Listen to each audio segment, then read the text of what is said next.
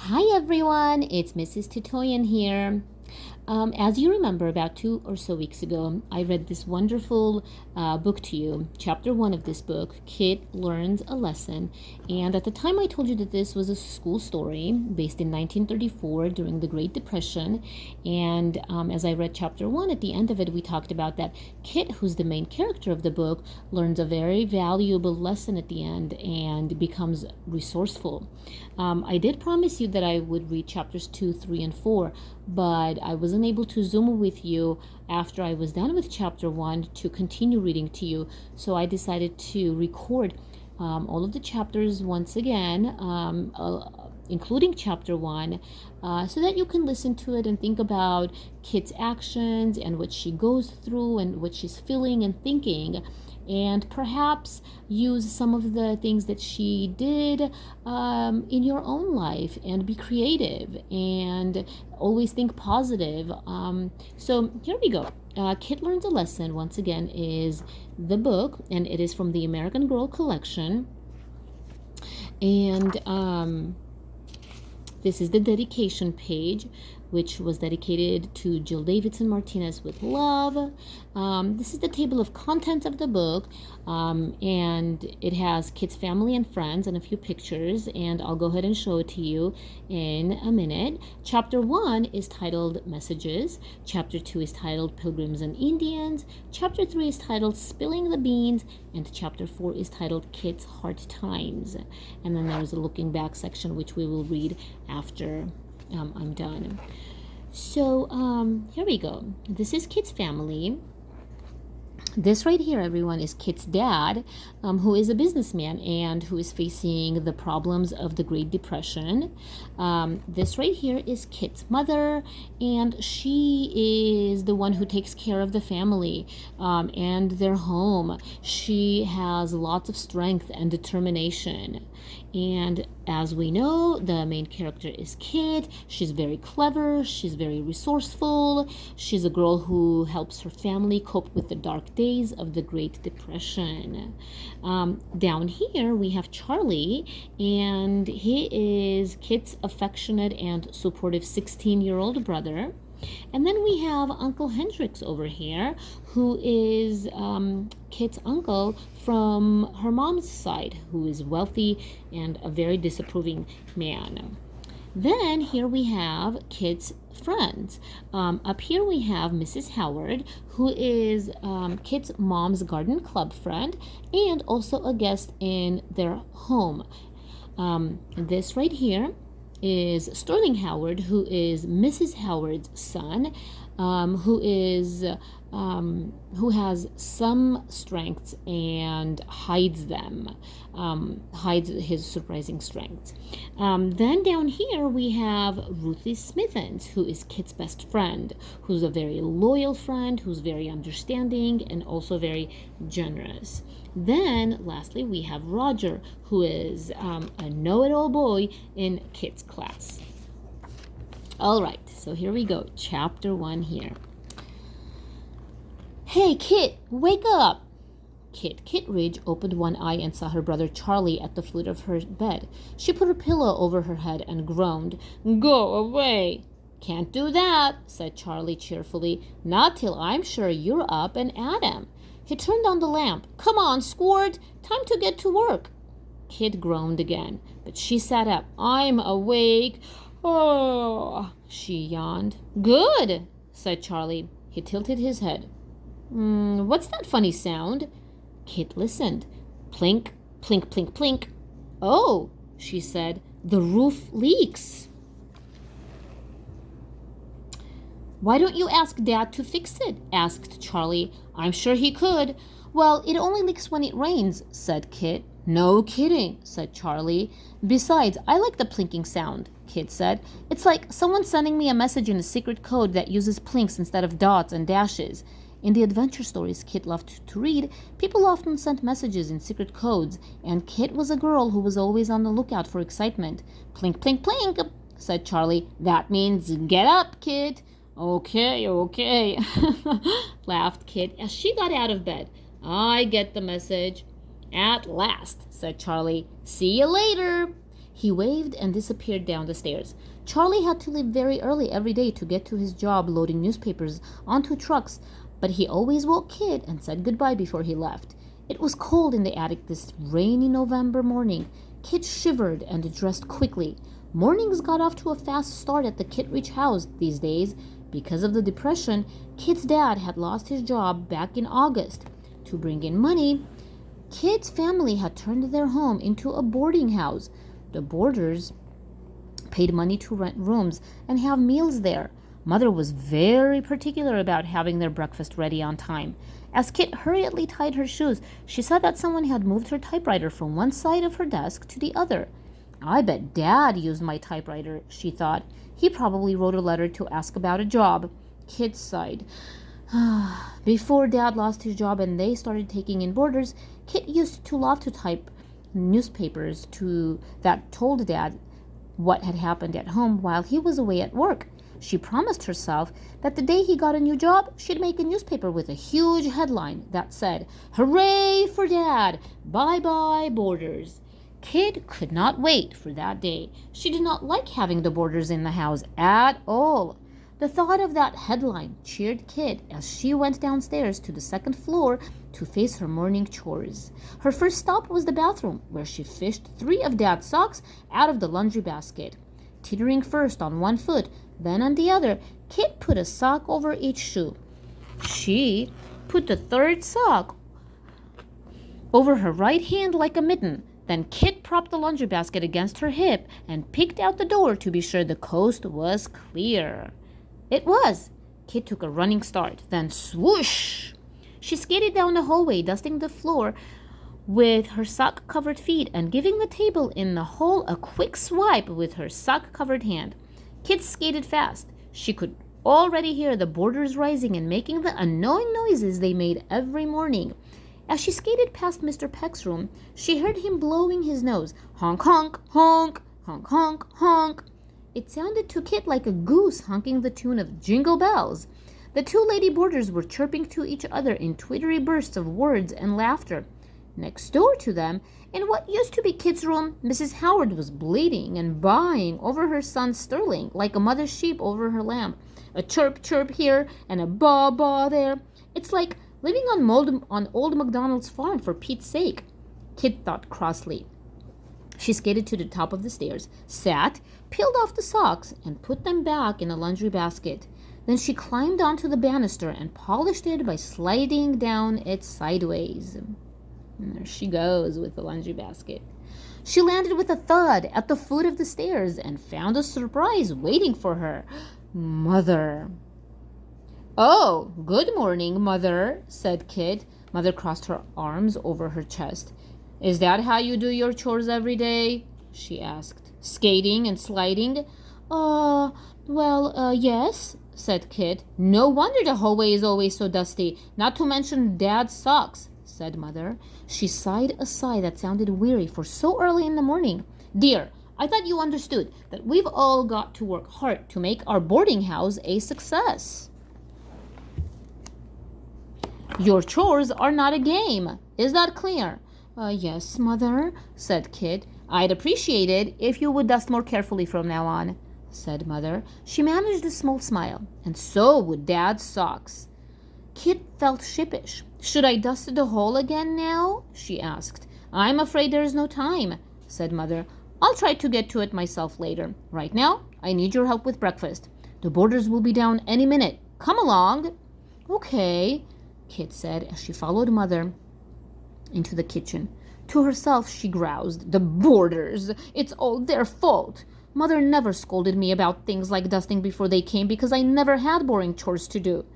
Kate knew her skate and slide method of dusting was slapdash, but she thought that nobody had noticed the dust left in the corners except maybe persnickety Mrs. Howard. She should have known Mother would see it too.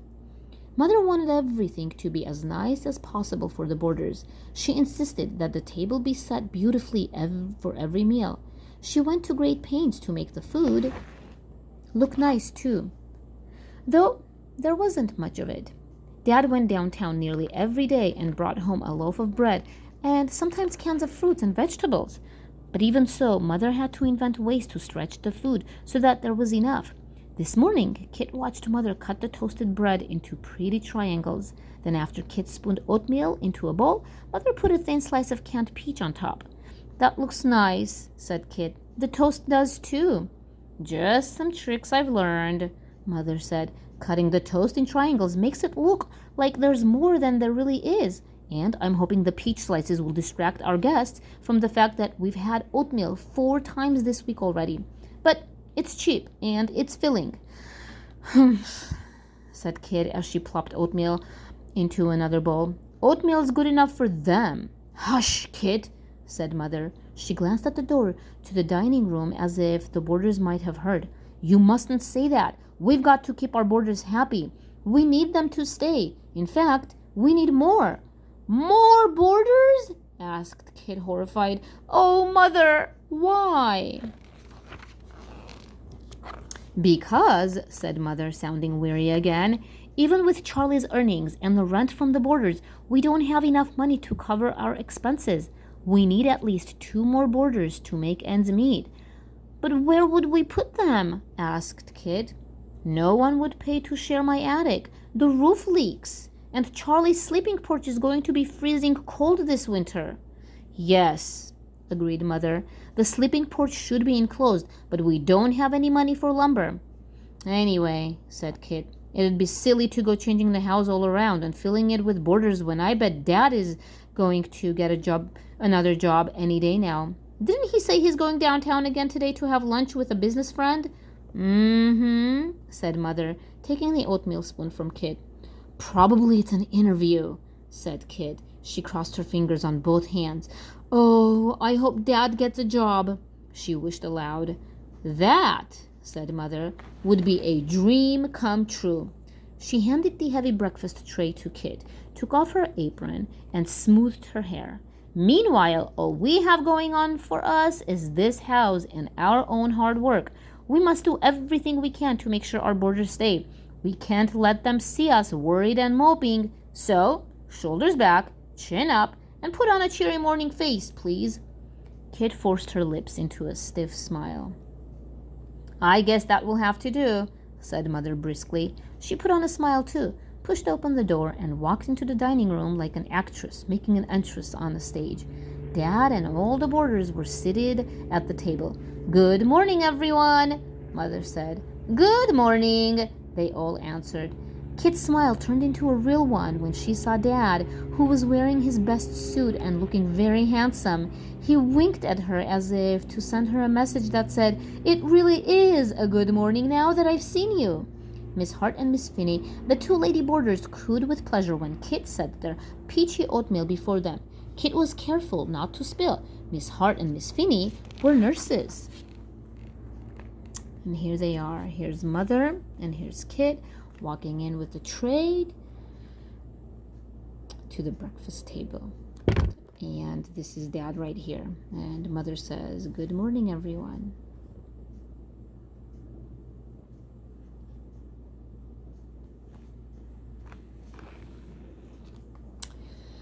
Their starched uniforms were as white as blank pieces of paper before the story was written on them. "I bet Miss Hart and Miss Finney have plenty of interesting stories to tell about their patients at the hospital," thought Kit. Maybe they've had daring nursing adventures like Florence Nightingale and Clara Barton. What great newspaper headlines those adventures would make. Then Kit scolded herself for being curious. Miss Hart and Miss Finney must remain blank pages. Kit did not want to like them. She did not want to be interested in them or in Mr. Peck either, even though he played a double bass as big as a bear and had a beard and was so tall he reminded Kit of Little John in her favorite book, Robin Hood.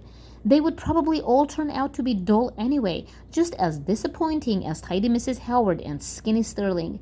They were not friends. They were only boarders, and they wouldn't be around for very long. As soon as Dad got a new job, they'd leave. Kit thought back to the wish she had made and rewrote it in her head. "I should have added the word soon," she thought. "I hope Dad gets a job soon."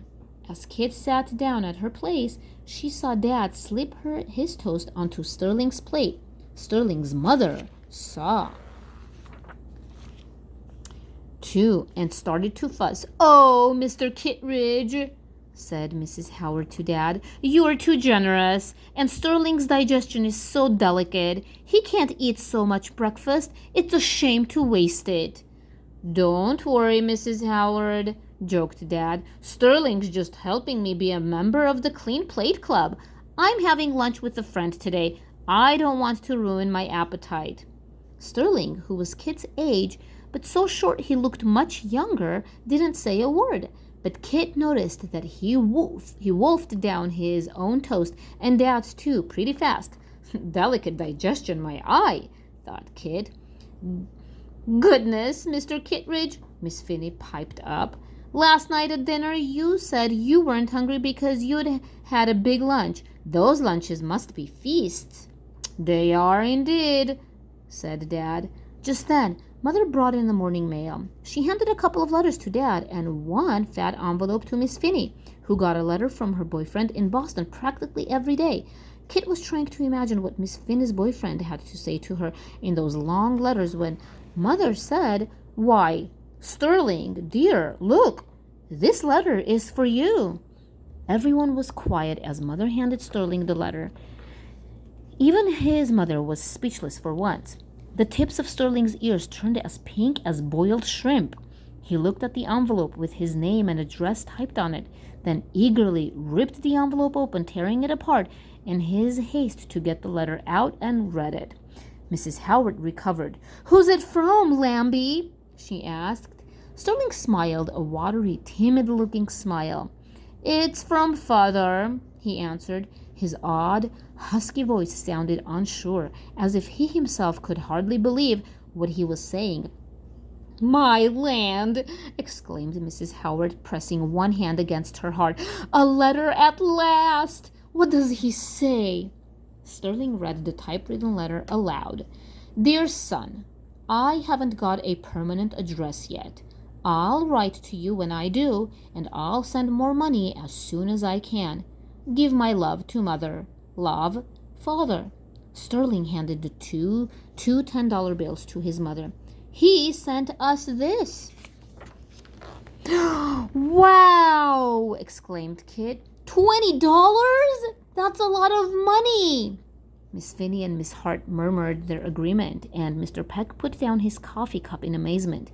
Mrs. Howard was overcome with happiness. In a weak voice, she said to Mother, "Margaret, take this," she said as she tried to give Mother one of the $10 bills. "You've been so kind to us. You must share in our lucky day." "Oh, but," Mother began. "I insist," said Mrs. Howard. Mother hesitated. Then she said, "Thank you." She put the $10 bill in her pocket. After that, everyone started talking at once about Sterling's startling letter. Everyone but Sterling, that is. Kit saw Sterling read his father's message once more, and then fold the letter very small and hold it in his closed hand. After breakfast, Dad sat at the kitchen table reading the want ads in the newspaper while Kit and Mother washed the dishes. "Mr. Howard must be doing all right if he can send his wife $20, Dad said from behind the newspaper. "Maybe Chicago is the place to go. Maybe there are jobs there." "Chicago is a bigger city than Cincinnati," said Mother. "We'd move to Chicago?" asked Kit. She didn't like the idea of leaving her home and her friends. "No," said Dad, putting the paper down. "Only I would go." Kit spun around from the sink so quickly her wet hand left a trail of soap suds on the kitchen floor. "You'd go without us?" she asked, shocked. "You'd leave us? Oh, Dad, you can't." "Now, Kit, calm down," said Dad. "It's just an idea. I haven't said I'll go, but if nothing turns up here by Thanksgiving—" "Thanksgiving?" interrupted Kit. "That's only 2 weeks away." "You know how hard your father's been looking for a job here in Cincinnati," said Mother, "ever since August." And he'll find one, said Kit. She looked at her father. Won't you, Dad? One of those business friends you have lunch with is sure to offer you a job any day now, right? Kit, sweetheart, Dad started to answer, then stopped. He picked up the paper and went back to his reading. Right, he said. Any day now. As Kit turned back to the dishes, she thought, when I wished for Dad to get a job soon, I didn't mean in Chicago.